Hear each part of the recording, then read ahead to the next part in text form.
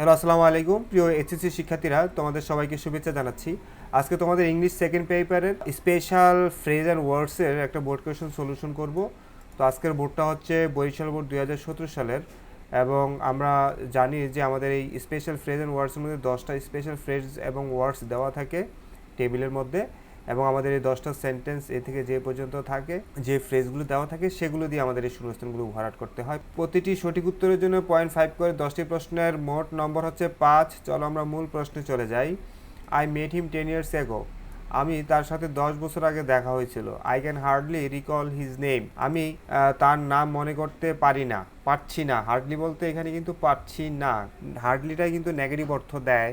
Not দ্বারা 100% না বোঝায়, কিন্তু হার্ডলি দ্বারা 90% না বোঝায়, মানে তার যে মেমোরিটা আছে, তার যে নামটা আসলে আমার আসতেছে না এরকম, বা আসতেছে না। I can hardly recall his name dash his address. আমি তো তার নামই মনে রাখতে পারি না, অ্যাড্রেস তো পরের কথা। তাহলে আমরা কি বসাবো? আমরা লেট অ্যালোন বসাবো। লেট অ্যালোন কখন বসাবো? যখন আমাদের কাছে সহজটাই তো পারি না, কঠিনটা তো পারার প্রশ্নই ওঠে না, এরকম অর্থে আমরা লেট অ্যালোন বসাবো।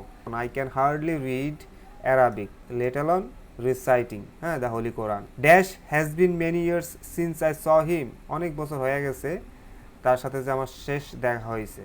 তো সময়ের জন্য আমরা সবসময় ইট বসাবো। কি বসাবো? ইট বসাবো। সময়। It has been many years, অনেক বছর হয়ে গেছে, সিন্স আই স হিম, তার সাথে যে দেখা হয়েছে। So I cannot recognise him, আমি তাকে চিনতে পারি নাই।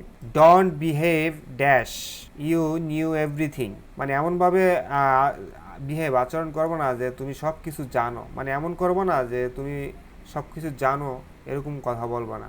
তো আমরা এই ক্ষেত্রে অ্যাজ ইফ বসাই। ডোন্ট বিহেভ অ্যাজ ইফ, যেন ইউ নো এভরিথিং, তুমি সব কিছু জানো এরকম করো না। Remember all others here are senior to you, এখানে সবাই তোমার senior. You dash build your own house than live in a rented house. তুমি বরং তোমার নিজের বাড়িতে থাকো, রেন্টেড হাউসে থাকার চাইতে। তো আমি বলছিলাম দুইটা জিনিসের মধ্যে একটা জিনিস ভালো অর্থে আমরা প্রেফারেন্স অর্থে, অধিকতর ভালো অর্থে আমরা উড রেদার বসাই। তো আমরা এখানে উড রেদার বসাবো। You would rather build your own house, তোমার বরং তুমি তোমার নিজের বাড়ি বানাও, then live in a rented house, একটা রেন্টেড হাউস। এখানে live in a rented house এই জিনিসটার চাইতে বিল ইউর ওন হাউস এই ফ্রেজটা, মানে এই কাজটা আমি প্রেফার করতেছি, তুমি প্রেফার করতেছো। Give him the good news, তাকে সুসংবাদটা দাও। ড্যাশ ইউ মেট হিম, যেই মাত্র তার সাথে দেখা হবে সেই মাত্র তাকে গুড নিউজটা দাও। তাহলে as soon as you met হিম, যখনই তার সাথে দেখা হবে তখনই তাকে গুড নিউজটা দিয়ে দিবা। যেই মাত্র সেই মাত্র অর্থে আমরা অ্যাজ সুন অ্যাজ বসাই। Dash R many rivers in Bangladesh, বাংলাদেশে অনেক নদী আছে, কোনো কিছু থাকা না থাকা অর্থে আমরা দেয়ার বসাই। There are many rivers in Bangladesh, বাংলাদেশে অনেক নদী আছে। Dash I had a typewriter I would type well, যদি আমার টাইপরাইটার থাকতো তাহলে আমি ভালোভাবে টাইপ করতে পারতাম। তাহলে যদি অর্থে আমরা ইনকেস বসাই অথবা ইফ বসাই, নিশ্চয়ই এখানে ইনকেস অথবা ইফ আছে। এখানে ইফ আছে। If I had a typewriter, যদি আমার টাইপরাইটার থাকতো, আই উড টাইপ ওয়েল, আমি ভালো টাইপ করতে পারতাম। You dash consult with a doctor, তোমার ডাক্তারের সাথে কথা বলা উচিত, ডাক্তার দেখানো উচিত।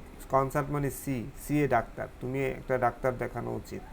তো আমরা এই ক্ষেত্রে উচিত অর্থে আমরা বসাই কোনটা? হেড বেটার বসাই।